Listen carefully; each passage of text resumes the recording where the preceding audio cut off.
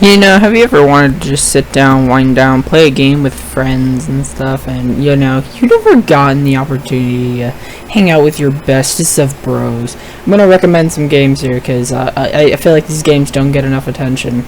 Because, you know, some of them may be co-op, some of them maybe you kill each other, but who knows? Honestly, no, most of them are co-op. But don't judge. They're good games. Okay. Number 1. Battle Block Theater, which I don't know why, but I don't see videos about this game, nor do I see like anyone playing this game or anything. But this is one of the best co-op or versus multiplayers you can get, because this game has such a juicy story. I'm not gonna lie. I recommend everyone to play this game. Top tier choice, and it was made by the people that made Castle Crashers. So please play. It's such a good game. Now, before I even start saying much about the game, first I should probably tell you what the game is about and a bit of the story, just in case you are actually interested in playing the games I recommend, you know, because, you know, who's even watching this? Why are you even watching this? Don't ask me. But, yeah, I'm going to give a real quick guide. Okay, let's get on with the story. So, the story is about you going on a ship with your best friends, and, like, there's, like, 50 of you and everything, and you're with your best friend Hattie, the guy in the middle of the picture, right there, you know, all happy and stuff, until a giant storm hits you, and boom, boom, boom, and you end up getting washed on this scary shore. Honestly, it's pretty creepy, and all your friends are dead, but you and your people you're playing, person you're playing with, the story's only one player, or two players, sorry. And, you know, it's scary, and you realize that your friend Hattie, it must be somewhere. And so you find him, and these cats make him wear a hat, and he goes crazy, and now your mission is to save Hattie, okay? Okay, now next on is the multiplayer. Okay, so the multiplayer is basically, like, so if you don't know, I missed something about the story where you're actually performing for the cats, and you know, that's Hattie's job, is the performance and stuff. Make sure you're doing good on doing your performance. Your performance is going through a whole bunch of obstacles. That's what the multiplayer is, except it's juicy. You can play basketball against your friends, but you can kill each other, or just team deathmatch, or domination, except your mission is just to cover the entire map with your color. It's awesome, and you can also collect, you know, gems, and these gems can be used to buy heads. You don't buy clothes, you buy a brand new pair of heads. You can choose circle head, square head, cylinder head, every kind of head, even happy head. Like I got the cool Castle Crashers head. Pretty cool. Requires Castle Crashers. Alright, Dead Rising, which I don't know if any of y'all have played Dead Rising, especially when in its peak years, because this is Dead Rising 3, which is I've been playing recently, and because I owned it and I didn't know why, so I just decided to play it. And oh my goodness, I've been playing with my cousin and live streaming it. It's so fun. Play co-op. It's so awesome. Characters are amazing. I love them because they're funny and goofy and everything. It's literally just a story co-op, and that's it. You share, well, you don't really share everything unless you're doing stuff on your own, you know. You'll know what I mean. Like I was saying, is that, in Dead Rising, if you're playing with each other and one of you discovers something, both of you have that, but if the person's playing by himself, that person has that. And there's also different endings. I believe there's like 4 of them, I think, so there's not that many. The game is definitely replayable, just because, like, if you replay the game, you actually keep all your things, which is funny. Because, like, when I rebooted the story, I was like, why is my dude wearing this outfit? I restarted the game. Do I start with everything? And yeah, you keep all your stats and everything. I was like, oh, okay. And I was fine with it. So, definitely replayable. And playing with friends is fun, because you can have some weird moments. And some weird missions, but, okay. Okay, so now is my guide with the game, because, you know, I haven't been telling you about the guide, the nutshell, the story in a nutshell, there you go.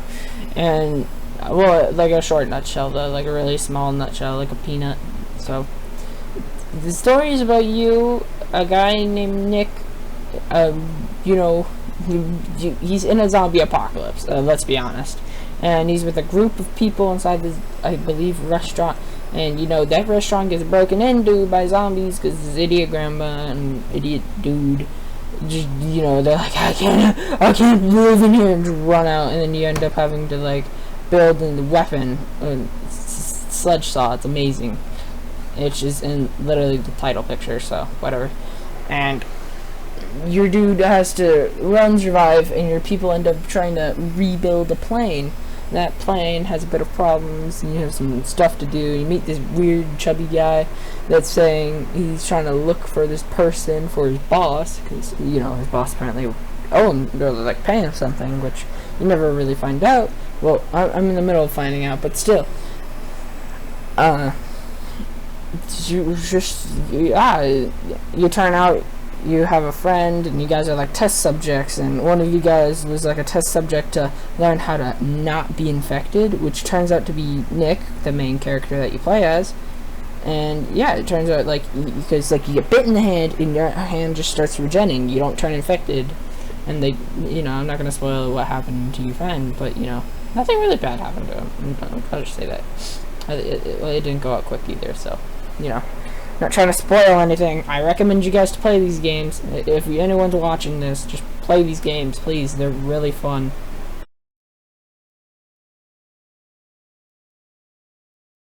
3 is Dead Space 3.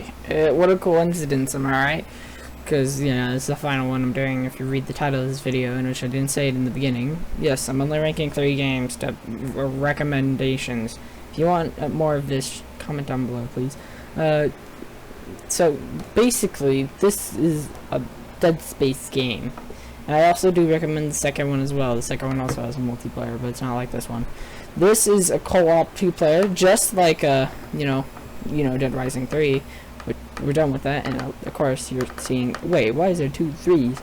The game should have a thing with the number 3 to be 2-player. Answer, probably, honestly, probably. A lot of games with the number 3 turn multiplayer and co-op. But, yeah. I don't know if how many of you people know what Dead Space even is, for you pieces of, you know, rocks, pebbles down there.